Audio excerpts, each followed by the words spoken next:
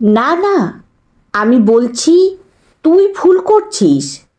একবার মেনে নিলে মানিয়ে নেওয়ার বহর বাড়বে, তাতে কিন্তু ওরা পেয়ে বসবে।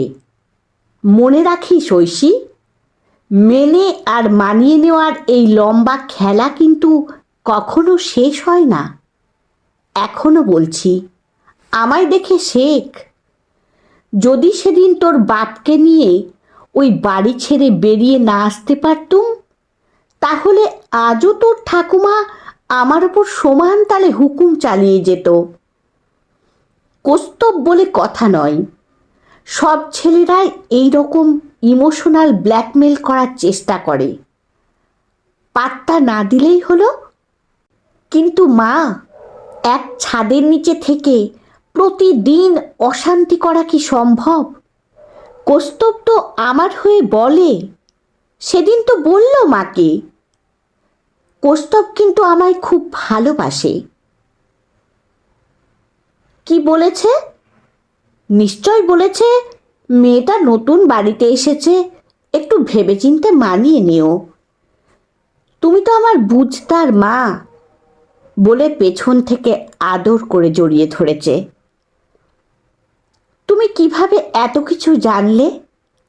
অবাক হয়ে যায় ঐশী। এমনভাবে কথাগুলো বলছো যাতে মনে হচ্ছে তুমি তখন সামনে দাঁড়িয়েছিলে।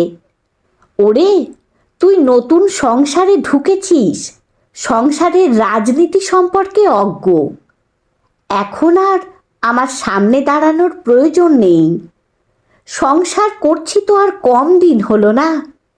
30 বছর আগে এমনই এক নাটকের অঙ্ক অভিনীত হতে দেখেছিলাম তোদের যৌথ বাড়ির পুরনো বৈঠকখানায়। ওটা স্রেফ কথার কথা। কিন্তু না তোর বাবা বদলেছে, না ঠাকুমা। তাই বলছি, এখনো সময় আছে।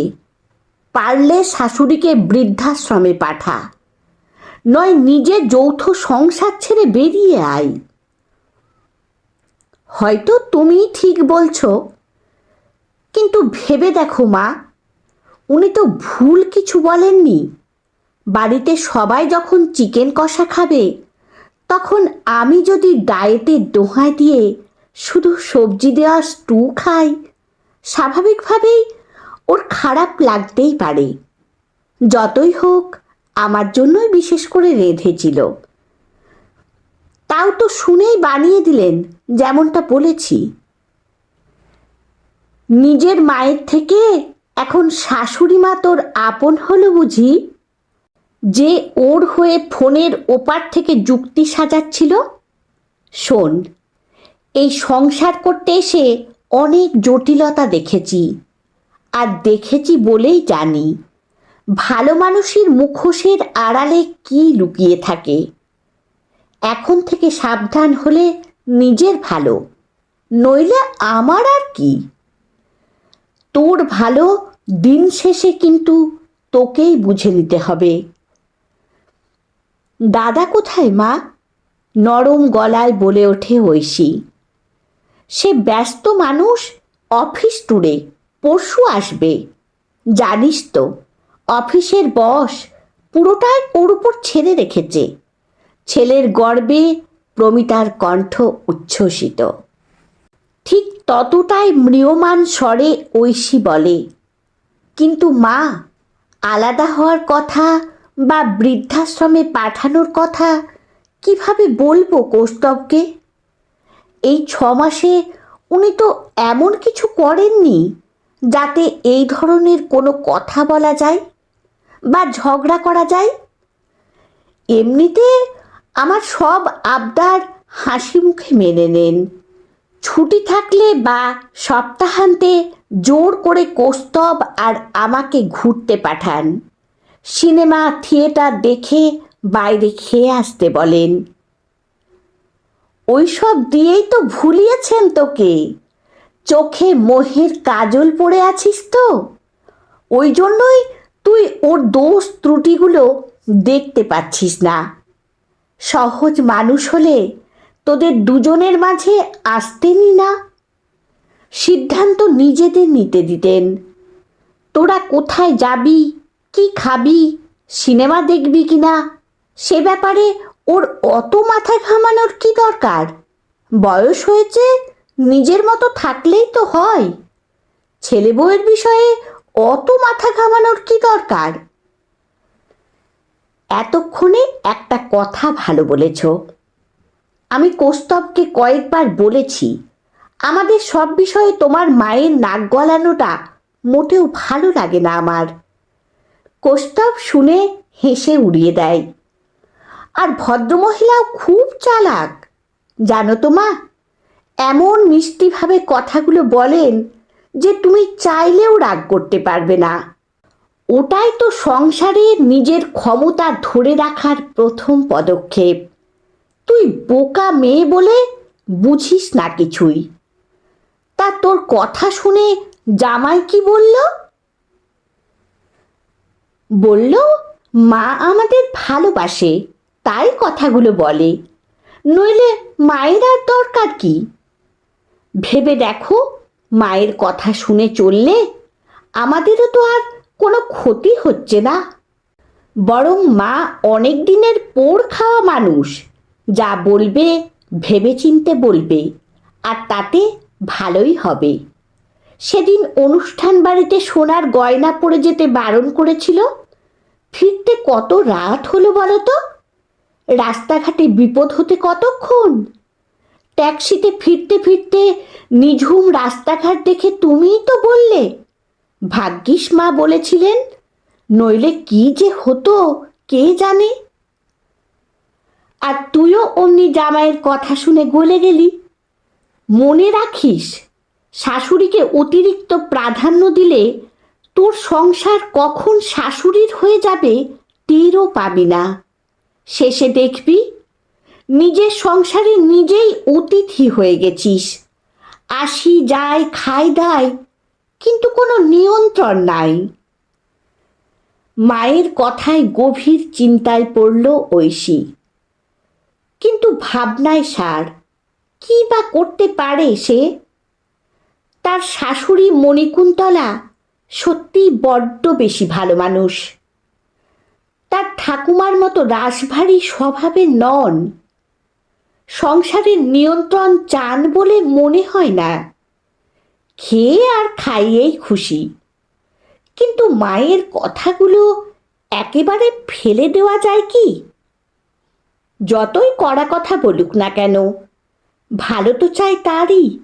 ভালো মানুষের মুখোশ পরে মণিকুন্তলা তার সংসারে নিজের ইচ্ছে মতো ছড়ি ঘুরিয়ে যাবেন, এটা তো হতে দেওয়া যায় না। দেখো কৌস্তব, আমার কিন্তু মনে হয় আমাদের দুজনের একটা নিজস্ব স্পেস দরকার। নিজেদের মতো খানিক টাইম স্পেন্ড করলে সম্পর্ক ভালো থাকে। তাছাড়া আমি যখন নিজের মা বাবার সঙ্গে থাকি না, তখন তুমি বা মায়ের সঙ্গে থাকবে কেন? নিয়ম দুজনের ক্ষেত্রেই সমান হওয়া দরকার। সবচাইতে ভালো দুজনে যে যার মতো থাকি। মাঝে মধ্যে এসে তুমিও মাকে দেখে যাবে, আমিও গিয়ে মাকে দেখে আসব। হয়েছেটা কি বলো তো? এসে থেকে দেখছি উল্টোপাল্টা কথা বলেই চলেছ। একটু অবাক হয়েই প্রশ্ন করে কৌস্তব। এ বাড়িতে তো ঘরের কোনো অভাব নেই। তাছাড়া নামেই একসঙ্গে, আসলে তো আমরা আলাদা আলাদা ইউনিটেই থাকি। দোতলায় আমরা, মা একতলায়। এর পরেও আলাদা হওয়ার কোনো প্রয়োজন আছে নাকি? একজন মানুষ সারাটা দিন বাড়িতে বসে ঘাড়ের উপর নিঃশ্বাস ফেলবে, সেটা তো সবার পছন্দ নাও হতে পারে, তাই না? আমার নিজস্ব স্পেস দরকার। এবার সিদ্ধান্ত তোমার কৌস্তব। কার সঙ্গে থাকতে চাও তুমি? আমার না তোমার মায়ের সঙ্গে? কি পাগলামি শুরু করলে ঐশী? সবে বাড়ি ফিরেছি, একটু বিশ্রাম করতে দাও। একটু চা কফি খাই, স্ন্যাক্স খাই। খিদে পাচ্ছে তো নাকি? হঠাৎ কি হলো তোমার? এখনো অবধি মা তো তোমার কোনো সিদ্ধান্তে আপত্তি করেনি, বা নিজের মতামত চাপিয়ে দেয়নি? তাহলে সমস্যাটা হচ্ছে কোথায়? কথায় কথা বাড়ে। খানিক অপেক্ষার পর এক সময় আর থাকতে না পেরে দোতলায় উঠে আসেন মণিকুন্তলা দেবী। বন্ধ দরজার ওপার থেকে নরম স্বরে বলে ওঠেন, কি হয়েছে রে বাবু? চেঁচামেচির শব্দ শুনছি তখন থেকে। তেমন অসুবিধে না থাকলে আমায় বলতে পারিস। কেন বলবো আপনাকে? আপনি ওপরে উঠে এলেনই বা কেন? সশব্দে দরজা খুলে যায়। আমাদের স্বামী স্ত্রীর কথাবার্তার মধ্যে বারবার কেন আপনি এসে পড়েন? আমি কি আপনার কাছে কোনো রকম সমাধান চেয়েছি? আমাদের মধ্যেকার ঝামেলা দুজনকেই মিটিয়ে নিতে দিন। কেন আপনি নিজের মতো থাকতে পারেন না? বিয়ে দিয়েও ছেলেকে নিজের কুক্ষিগত রাখার এই মানসিকতা কেন? বিরক্ত মুখে ঝাঁঝিয়ে ওঠে ঐশী। তখন থেকে দেখছি তোমার হাবভাব অদ্ভুত। মায়ের সঙ্গে এভাবে কথা বলছো কেন? এসে থেকে উল্টোপাল্টা কথা শুনছে সে। এতক্ষণে ধৈর্য হারায় কৌস্তব। শাশুড়ি হিসেবে মাকে মানো বা নাই মানো, এটা তো মানবে বয়সে উনি তোমার চেয়ে অনেকটাই বড়। একজন বয়স্ক মানুষের সঙ্গে এভাবে কথা বলে? শিক্ষাটা কি তবে শুধুই পুঁথিগত? ব্যবহারিক প্রয়োগ তো তার দেখলাম না। আমি তো ভাবতেই পারছি না আমার ঐশী এভাবে কোনো গুরুজনের সঙ্গে। কি কি বললে তুমি? শেষে কিনা আমার শিক্ষা নিয়ে তুমি খোঁটা দিলে? ভালোবেসে বিয়ে করেছিলাম তোমায়, খোঁটা শুনতে নয়। দ্রুত হাতে ট্রলি ব্যাগ গুছিয়ে নেয় ঐশী। ঘণ্টাখানেকের মধ্যে ক্যাব ডেকে রওনা দেয় মায়ের বাড়ির দিকে। বাধা দেওয়ার চেষ্টাটুকুও করে না কৌস্তব। এ কি করলি তুই খোকা? আমার জন্য নিজের সংসারে অশান্তি ডেকে আনলি? আমি কিন্তু শুনেছি। তাহলে আমি কি তোদের মধ্যেকার অশান্তির কারণ? খুলে বল খোকা, লুকাস না আমার কাছে। এখনো বলছি, সময় আছে। যা, বৌমাকে ফিরিয়ে নিয়ে আয়। জানিস তো, প্রাণের অঙ্কুরোদ্গমের পথে মা পাশে থাকলেও শেষের সময় স্ত্রী পাশে থাকে। সেজন্যই একজন পুরুষের জীবনে দুই নারী সমান গুরুত্বপূর্ণ। সব জানি মা, সেই জন্যই তো বিয়ের পর থেকে ক্রমাগত চেষ্টা করছি দুজনকেই সমানভাবে গুরুত্ব দিতে। সামান্য হাসার চেষ্টা করে কৌস্তব, কিন্তু মনে মনে সে জানে ঐশীর জেদ কতখানি। হয়তো আর কোনোদিনই এ বাড়িতে ফিরবে না সে। কিন্তু অন্যায়কে প্রশ্রয় দিয়ে মাকেই বা সে কষ্ট দেবে কিভাবে? ঐশীর সঙ্গে মা তো কোনো খারাপ ব্যবহার করেনি। চুপি চুপি সব ঠিক করে ফেলেন মণিকুন্তলা। জমানো টাকা এখনো যথেষ্টই আছে। তাছাড়া গয়নাগাটিও কম নেই তার। উত্তরাধিকার সূত্রে পেয়েছেন। কিছু খোকার বাবা করিয়ে দিয়ে গেছেন। ভালো সুযোগ সুবিধা সম্পন্ন বৃদ্ধাশ্রমে খরচ খরচা চালিয়ে তিনি আরামেই থাকতে পারবেন। সন্ধ্যার কুজন বৃদ্ধাশ্রম ঘুরে দেখে সব কিছু ঠিক করে ছেলেকে জানান তিনি এই বাড়ি ছেড়ে চলে যাচ্ছেন। স্পষ্টতই চমকে ওঠে কৌস্তব। এই সিদ্ধান্তে বারংবার আপত্তি করে সে, কিন্তু মণিকুন্তলা বদ্ধপরিকর। আদরে মানুষ করা একমাত্র ছেলের দিনের পর দিন চোখের সামনে শুকিয়ে যাওয়া চেহারাটা তিনি আর মেনে নিতে পারছেন না। হাজারো জেদাজেদি রাগারাগির পালা শেষে মেনে নিতে বাধ্য হয় কৌস্তব। নিজে হাতে মাকে ছেড়ে আসে সন্ধ্যার কুজনে। আর সেদিনই সন্ধ্যাবেলা ট্রলি ব্যাগ নিয়ে বাড়ি ফিরে আসে ঐশী। কৌস্তব জানত ফিরবে সে। যাওয়ার আগে মণিকুন্তলা দেবী তাকে এমনটাই জানিয়েছিলেন। কিছু বলে না কৌস্তব, বলার কিছু নেই তার। ভালোবাসার উচ্ছ্বাস হারিয়েছে কবে। দাম্পত্য যাপন চলে গতানুগতিক, সময়ের নিয়মানুসারে। কৌস্তভের মন খারাপের খবর রাখে না ঐশী, রাখার প্রয়োজন বোধ করে না বোধ হয়। তার জেদ পূরণ হয়েছে, এটাই কি বড় কথা নয়? এতেই তার শান্তি। শেষ পর্যন্ত জিতে গেছে সে। এতদিনে পেয়েছে পরিপূর্ণ জিতের আস্বাদ। এই সংসারের প্রত্যেকটা জিনিসে তার অধিকার, কেবল তারই অধিকার। কোনো ব্যাপারেই আর কখনো মণিকুন্তলা দেবী মাথা ঘামাতে আসবেন না।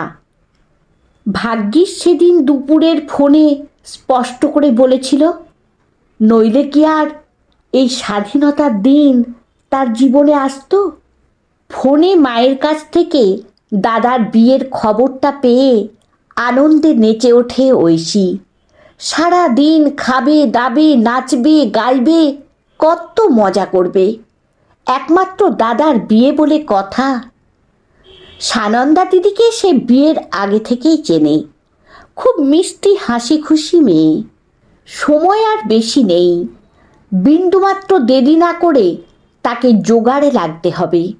কেনাকাটা, ক্যাটারার, ডেকোরেশনের তদারকি, কাজ কি একটা? দেখে শুনে অবাক হয় ঐশী। সানন্দাকে নিয়ে তার মা রোজই প্রায় ফোন করে অভিযোগ করতে থাকে। দুজনেই নিজেদের কাজ নিয়ে ব্যস্ত। একাকী প্রতিমা চার দেওয়ালের অন্তরালে। ছেলের বিয়ে দেওয়ার পরেও তাকেই খেতে খেতে মরতে হচ্ছে।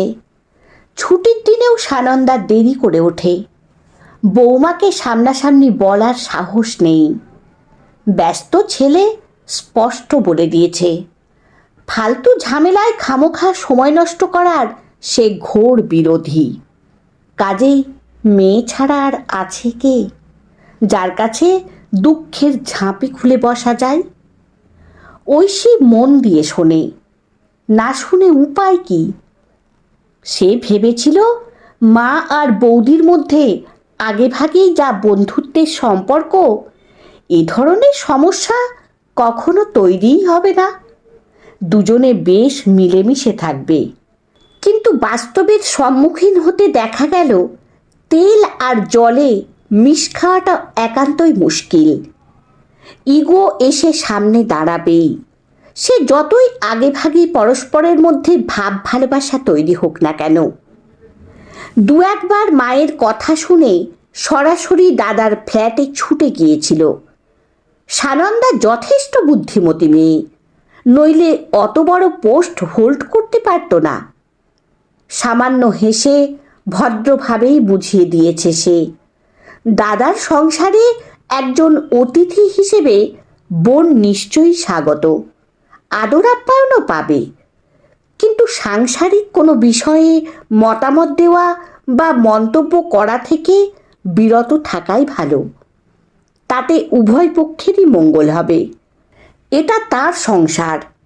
সে সংসারে বাড়ি বয়ে এসে অন্যের নাক গলানো মোটেই সে পছন্দ করবে না। দ্বিতীয়বার মন্তব্য করার আগে ঐশী যেন এটা মাথায় রাখে। দিনের পর দিন মায়ের বিলাপ শুনে আর থাকতে না পেরে একদিন অফিস টাইমে ফোন করেছিল দাদাকে। সে তখন মিটিংয়ে ব্যস্ত। মিটিং শেষে আদরের বনুকে কলব্যাক করে দাদা জানিয়েছিল কিভাবে মা আর বউ দুজনের মধ্যেখানি পড়ে স্যান্ডউইচ হচ্ছে সে। অফিস থেকে বাড়ি ফেরার পরেই শুরু হয়ে যায় অভিযোগ প্রত্যাভিযোগের পালা। মাঝে মধ্যে তার মনে হয় অফিস যেন বিপদ তাড়ন, রাতটুকু এখানে থেকে গেলেই হয়। অফিসে এত বড় পোস্ট হোল্ড করা বৌদি ঝামেলা করার এত সময় পায় কোথায় বুঝতে পারে না ঐশী। সে নিজে একটা ছোটোখাটো চাকরি করে, তাতেই অফিস বাড়ি ব্যালেন্স করতে মাথা খারাপ হয়ে যায়। ফোনের ওপ্রান্ত থেকে দাদার কথাগুলো শুনে সে আজ যেন বুঝতে পারে তাদের দুজনের নীরব লড়াইয়ের মাঝে দাঁড়িয়ে কৌস্তবকে কতখানি সহ্য করতে হয়েছে। দুজনের তার প্রিয়, চলার পথে দুজনকেই তার প্রয়োজন। এর মধ্যে একদিন ঐশী জানতে পারে সে প্রেগনেন্ট। তাদের দুজনের মধ্যে আসতে চলেছে তৃতীয় প্রাণ। খুশিতে পাগল হয়ে যায় সে। 9 মাসের নানা রকম শারীরিক ঝক্কি সামলে সে এক ফুটফুটে কন্যা সন্তানের জন্ম দেয়। মেয়ের মা হওয়ার আনন্দে প্রমিতা মেয়ের শ্বশুর বাড়ি আসেন। মাস দুয়েক থেকে জামাইয়ের সংসারের সব কিছু গুছিয়ে দিয়ে যান। তিনি থাকাকালীন একজন আয়া রেখেছিল ঐশী। একাকী মেয়ের দেখভাল করা সম্ভব নাকি? প্রতিমার হাতের রান্না ভালো। নানা রকম মুখরোচক পদ বানিয়ে মেয়ে জামাইকে খাইয়েছিলেন তিনি। সুস্বাদু খাবারগুলো খেতে খেতে মুখটা একটু অন্ধকার হয়ে আসত কৌস্তভের। প্রতিমা না বুঝলেও এতদিন পাশে থাকার সুবাদে বুঝতে পারছিল ঐশী। মাকে বড় মিস করছে কৌস্তব। সেই সঙ্গে মিস করছে মায়ের হাতের মাছের ঝোল, ফ্রাইড রাইস, কষা মাংস। প্রতিমা নিজের বাড়িতে চলে যাওয়ার পর হঠাৎ একদিন কথায় কথায় ঐশী বলে ওঠে, চলো না দুজনে মিলে একবার সন্ধ্যা পূজনে যাই, মাকে নিজের বাড়িতে ফিরিয়ে নিয়ে আসি। অবাক হয় না কৌস্তব। এতদিন সে যেন এমন একটা কিছুরই প্রত্যাশা করছিল, কিন্তু মুখে সে ভাব না দেখিয়ে ব্যঙ্গ হেসে বলে, কেন এখন মাকে ডাকছো কেন? তোমার মেয়ের একটা সর্বক্ষণের আয়ার দরকার, সেই জন্য মাকে আসতে হবে। তারপর যখন মেয়ে বড় হয়ে যাবে তখন কি আবার মায়ের ঠিকানা বদলে যাবে? এতবার ঠিকানা বদলে কি মানুষ বাঁচতে পারে? চমকে ওঠে ঐশী। তীরবিদ্ধ হরিণীর ন্যায় আহত ভঙ্গিতে কৌস্তভের বাহুবন্ধন থেকে নিজেকে মুক্ত করে নেয় সে। মেয়ে যাতে জেগে না যায় এমন ভঙ্গিতে চাপা স্বরে বলে ওঠে, তুমি ভাবলে কিভাবে মাকে নিয়ে আমি এমনটা ভাবি? মা যেমন এই সংসারের কর্ত্রী ছিলেন তেমন সম্মানের আসনেই থাকবেন। হঠাৎ এমন সুমতির উদয়, যাকে বাড়ি থেকে তাড়ানোর জন্য একদিন উঠে পড়ে লেগেছিলে, আজ তাকেই সসম্মানে ফেরত আনতে চাইছো। কেন জানতে পারি?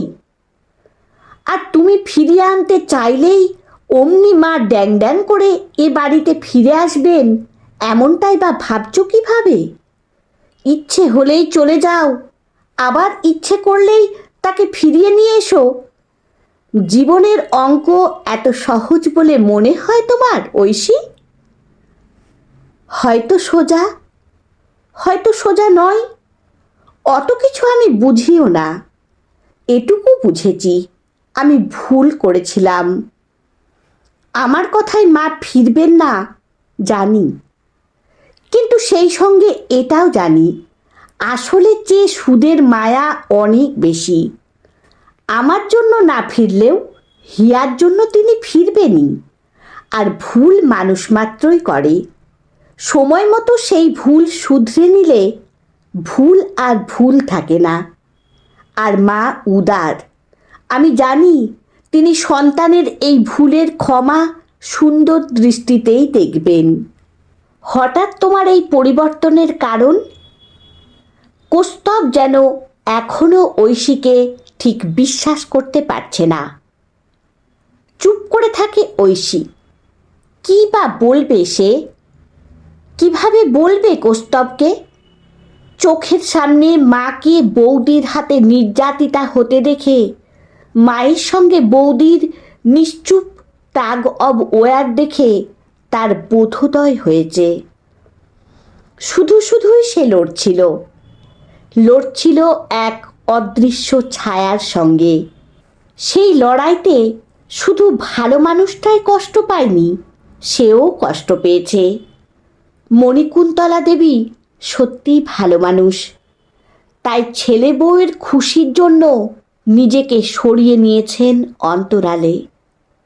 কিন্তু আর নয়, যে অন্যায় সে করেছে নিজেই তার প্রতিকার করবে। মণিকুন্তলাকে ফিরিয়ে আনবে সসম্মানে, সঁপে দেবে এ বাড়ির কর্ত্রীর পদ। ফিরে চলুন। কার ওপর এত অভিমান আপনার? দুই বেয়ান না হয় শেষের কটা দিন একসঙ্গেই থাকব। কৌস্তভের বাবা চলে যাওয়ার পর একতলাটা তো ফাঁকাই পড়ে থাকে। হিয়া এখন ছোট, তার ঠাম্মা দিম্মা দুজনকেই দরকার। দুজনের আদরে ভালোবাসায় পরিপূর্ণ হয়ে বেড়ে উঠুক সে। মেয়ের কথা শুনে সেদিন বুঝতে না পারলেও আজ বুঝতে পারছি আপনার শিক্ষাই অন্যরকম। আর অন্যরকম বলেই কৌস্তভকে এত সুন্দরভাবে বড় করতে পেরেছেন। দেখুন, আপনার শিক্ষার সংস্পর্শে এসে আমার মেয়েটাও বদলে গেছে। আমার পরামর্শ না নিয়ে সে নিজে এসেছে আপনাকে ফিরিয়ে নিয়ে যেতে। সমহিমায় প্রতিষ্ঠিত করতে চেয়েছে সংসারে। আর উল্টো দিকে আমার ছেলেকে দেখুন, সে বৌমার কথা শুনে আমাকে আজ এখানে। অবশ্য শুধু শুধু বৌমার দোষ কেন দেব? আমি নিজেই কি কম দোষী? আমি হয়তো নিজের স্বার্থ দেখতে গিয়ে বাকিদের কথা ভাবতেই ভুলে গেছি।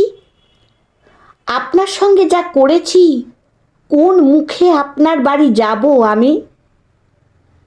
মন খারাপ করবেন না বেয়ান, যা হওয়ার তা তো হয়েই গেছে। আমার বিশ্বাস আপনি যেটা করেছেন সেটা পরিস্থিতির চাপে পড়েই করেছেন। দীর্ঘ সংসার জীবনে এমন কঠিন দিন দেখেছেন যা আপনার মনে স্থায়ী প্রভাব ফেলেছে, যা আপনাকে এভাবে ভাবতে বাধ্য করেছে। পুরনো কথা ভেবে কষ্ট পাবেন না বেয়ান। জীবন যেমন নেয় ফিরিয়েও দেয়। কৌস্তভকে বুঝিয়ে একদিন দুপুরে সন্ধ্যার কুজনে মেয়ে কোলে এলো ঐশী। এলো শাশুড়ি মাকে বোঝাতে, তাদের সঙ্গে থাকার জন্য। সেদিন তার জীবনে ঘটল এমন এক ঘটনা যাতে জীবনে ভালো থাকার মানেটা আরও বেশি স্পষ্ট হয়ে উঠল তার কাছে। ভুল ছিল না সে। শাশুড়িমার কাছে একবার ভুল স্বীকার করতেই আদরের বৌমাকে বুকে জড়িয়ে নিয়েছিলেন তিনি। এক মুহূর্তে মিটে গিয়েছিল ভুল বোঝাবুঝির পালা। আবদার করে ঐশী খেতে চেয়েছিল প্রন রাইস। শাশুড়িমা হেসে বলেছিলেন বাড়ি পৌঁছেই বানিয়ে দেবেন। তারপর হিয়াকে শাশুড়ি মায়ের কোলে তুলে দিয়েছিল সে। হেসে বলেছিল, আপনার নাতনি আপনি সামলান। বংশের উত্তরাধিকারীকে বুকে জড়িয়ে ধরে মাস্টারেকে নাতনির সঙ্গে মণিকুন্তলা মেতে উঠেছিলেন গল্পে। সেও যেন বুঝে না বুঝেই হেসে হেসে সায় দিচ্ছিল। দুই অসমবয়সীর বন্ধুত্ব দেখে আনন্দে খুশিতে হেসে ফেলেছিল ঐশী। ফোনে কথা আগেই হয়ে গিয়েছিল। এখন বেসিক ফর্মালিটিগুলো মিটিয়ে এলো কৌস্তভ। মণিকুন্তলা দেবীকে নিয়ে বেরোনোর সময় নিজের দাদাকে একই বৃদ্ধাশ্রমের দরজায় দেখে চমকে উঠল ঐশী। এই কদিনের মধ্যে কি হয়ে গেল বাড়িতে? এই জন্যই কি মা তাকে দিন চারেক ফোন করেনি? কি যেন এক অব্যক্ত সন্দেহ তাকে ভেতর থেকে আতঙ্কিত করে তুলছিল।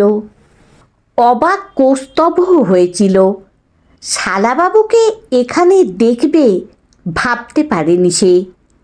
ধীর পায়ে এগিয়ে গিয়ে বলল, দাদা আপনি এখানে?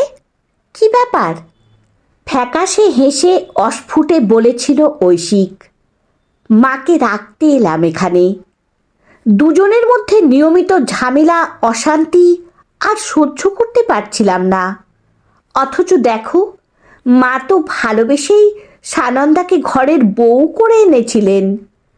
তারপরেও কেন যে কিছুতেই মেয়েটাকে মেনে নিতে পারছে না কে জানে। অথচ আমি ভেবেছিলাম বিয়ের পর দুজনে মিলেমিশে থাকবে, সংসার আমার সুখের হবে।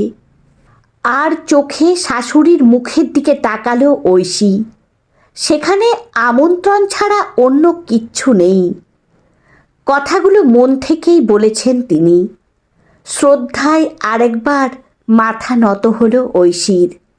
তবে আমি আমার কাছে মাকে রাখবো দাদা। তাহলে তো আর কোনো সমস্যা নেই তোর। জামাইয়ের গাড়িতে ওঠার জন্য সবেমাত্র পা বাড়িয়েছেন প্রতিমা। এমন সময় নাটকীয় ভঙ্গিতে ছাই রঙা হোন্ডা সিটিটা এসে দাঁড়ালো। সেখান থেকে নেমে এলো সানন্দা। তুমি এখানে? ঐশিক বেজায় অবাক। তুমি যে বললে অফিসে মিটিং আছে। এ কি বৌদি, আপনি? কৌস্তভ অবাক হয়েছে, সে তার মুখ দেখে স্পষ্ট বোঝা যাচ্ছে। সেজন্যই কি তখন ফোনে আমরা কখন আসবো জানতে চাইছিলেন? উত্তর না দিয়ে প্রতিমার দিকে স্থির দৃষ্টিতে তাকালো সানন্দা। আজ তাহলে বুঝতে পারছেন তো মা, নিজের সংসার প্রত্যেকের কাছে কতখানি প্রিয়। আমি শুধু এটুকুই আপনাকে বোঝাতে চেয়েছিলাম। বিয়ের পর যে কতবার জামাইবাবু বাড়িতে এসেছেন, তার চোখের ভাষায় এক অব্যক্ত বেদনা দেখেছি। কথাবার্তায় বুঝেছি মাকে তিনি ভীষণ মিস করেন। অথচ ঐশী সব বুঝেও যেন বুঝতে চাইতো না মানুষটার মনের কথা। খানিকটা বাধ্য হয়েই ঐশী যখন দেখল শাশুড়ির সঙ্গে সে যা করেছে একই জিনিস নিজের মায়ের সঙ্গেও হচ্ছে, তখন সে নিজের ভুল বুঝতে পারল। আর নয় মা, ফিরে চলুন নিজের ঘরে। আরেক নাতি নাতনি যে এবার আসতে চলেছে। এতদিনের অভিমান ভুলে প্রতিমা বলে উঠলেন, তুমি সত্যি বলছো বৌমা? ও মা, আপনাকে মিথ্যে বলবো কেন? চলুন মা, ঘরে ফিরে চলুন। আপনার জন্য যে গোটা বাড়ি অপেক্ষা করছে, হেসে বলল সানন্দা। বিনা বাক্য ব্যয়ে প্রতিমার ড্রাইভারের পাশের সিটে উঠে বসলেন। ছেলেকে বললেন, তুই নিজের গাড়ি নিয়ে পিছন পিছন আয়। নাতনিকে কোলে নিয়ে গাড়ির দিকে এগিয়ে গেলেন মণিকুন্তলাও। পর পর 3টে গাড়ি চলল গন্তব্যের পথে। ভালোবাসার মানুষদের পেটে পুড়ে ভালোবাসার ঘর ফিরিয়ে দিতে।